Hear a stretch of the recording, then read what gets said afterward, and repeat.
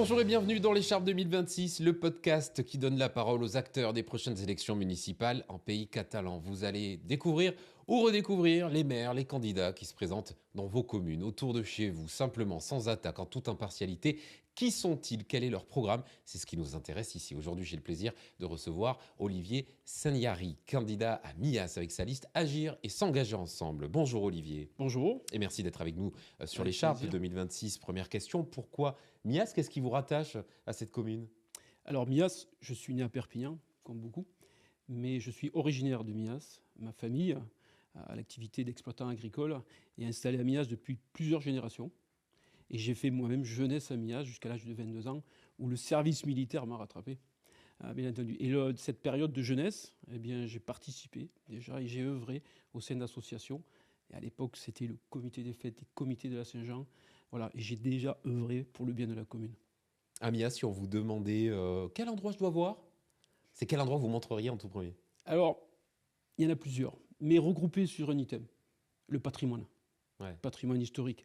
On a une ville qui était fortifiée, beaucoup ne le savent pas, avec des anciennes murailles, des anciennes portes encore existantes, en très bon état, porte sud-est, sud-ouest, mais également l'église, avec un trésor, un rétable magnifique, et les vestiges du château qui était à l'époque une dépendance des rois de Majorque.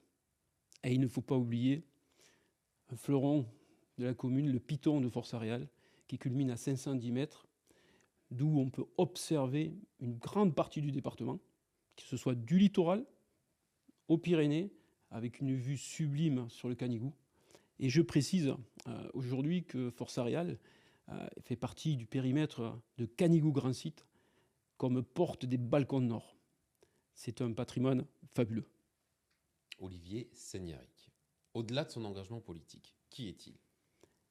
Alors, au-delà de mon engagement politique, je suis retraité de la gendarmerie. J'ai œuvré pendant 33 ans dans cette institution, spécialiste dans le maintien de l'ordre, dans le contrôle de foule. Et mes missions m'ont amené à parcourir le globe, dans tous les dom-toms et même à l'étranger. Alors, ils m'ont appris beaucoup de choses. J'ai appris des savoir-faire, des savoir-être, au-delà de l'éducation parentale, et qui ont forgé aujourd'hui mon caractère. Quel a été l'élément déclencheur, ce moment où vous vous êtes dit je me lance à l'assaut de la mairie de Mias? Alors, l'élément déclencheur, une particularité, puisque j'ai déjà été élu en 2020, et je suis toujours élu. À l'époque, une idée émergeait quand j'étais à l'armée, déjà de m'investir, comme je l'avais fait plus jeune, pour la commune. Et lors de ce mandat, eh bien, j'ai éprouvé à un moment donné l'envie de continuité. Ce mandat, j'ai été élu dans la majorité, que j'ai quitté il y a 1 an et demi, pour des raisons qui sont propres, qui me sont personnelles, de désaccord. Et à la suite de ça, je me suis posé une question, une réflexion. Ai-je tout donné? Mais ai-je complètement engagé pour notre commune? La réponse a été non. Donc j'ai éprouvé le désir de poursuivre mon engagement au service de la population de Mias. De votre point de vue, quel bilan vous tirez du mandat qui se termine? Alors aujourd'hui, ce bilan, j'y ai participé. Donc comme je l'ai dit, en 2020, j'ai été élu. J'y ai participé activement, au gré de mes fonctions, en vertu de certaines démissions, de certaines personnes, de départ. Mais j'y ai mis tout mon cœur. Alors aujourd'hui, le bilan que j'en retire, c'est une proximité délaissée, une lenteur dans les actions, dans les projets, que certains défendent par un sérieux budgétaire ou une maîtrise. Moi, je réponds, la réactivité n'empêche pas le dialogue, et la concertation et la rigueur.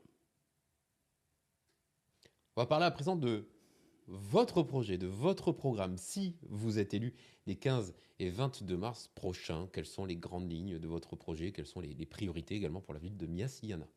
Alors bien sûr, il y en a, bien sûr, avec mon équipe.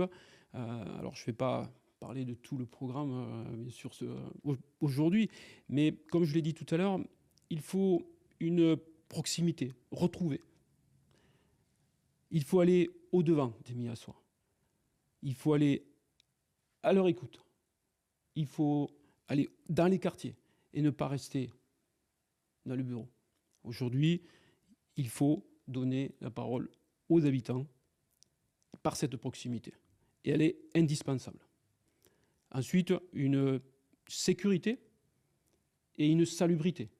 Chaque habitant, aujourd'hui, doit sortir de chez lui, se sentir en sécurité, trouver une commune saine. C'est plus important. Alors, par des actions de prévention, de pédagogie, mais avec fermeté. Ça, c'est les 2 premières actions que nous nous sommes données avec mon groupe. Ensuite, il y a les projets structuraux. Alors, en urbanisme, bien sûr, il faudra engager l'aménagement de la dernière zone d'urbanistique qu'il reste sur Millas. Elle est importante. Et également se doter d'un complexe sportif digne de ce nom. Aujourd'hui, nous avons des associations sportives qui œuvrent, qui ont des résultats. Millas doit se doter d'un complexe sportif digne de ce nom. Et enfin, la 4e grande ligne, parmi tant d'autres, c'est mener une réflexion sur le devenir des friches industrielles que nous avons sur la commune. À terme, elles risquent de peser sur le budget communal.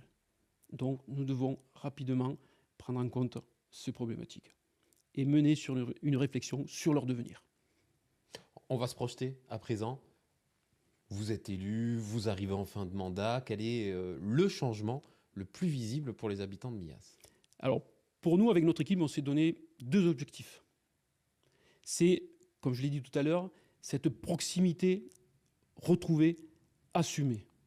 Donner la parole aux habitants, aller les écouter. Et c'est une proximité par le maire et par les autres élus. Et le dernier objectif que l'on s'est donné, c'est rendre Millas attrayant, retrouver une attractivité. Aujourd'hui, elle est indispensable. Olivier Sagnaric, la tradition le veut, les 20 secondes de la fin pour vous adresser à celles et ceux qui voteront peut-être pour vous les 15 et 22 mars prochains face à cette caméra. Allez-y. Millassois, avec mon équipe, rassemblée, déterminée, nous avons fait le choix de nous engager pour rendre Millas plus attractif, pour rendre cette proximité bien plus prégnante sur le terrain. En 2026, faites le bon choix, votez pour agir et s'engager ensemble. Merci beaucoup Olivier. Merci à vous également d'avoir été au rendez-vous de cet échange. Je vous rappelle quand même que cette émission, c'est un espace de libre expression citoyen qui n'est en aucun cas sponsorisé ou rémunéré par les candidats. N'oubliez pas de vous abonner à la chaîne avant de partir et d'activer la cloche pour ne manquer aucun futur entretien avec les acteurs des municipales 2026. Et puis n'hésitez pas à nous contacter si vous êtes candidat. Ici, on vous laisse la parole. C'est gratuit. À très bientôt pour un nouvel épisode de l'Écharpe 2026. Salut.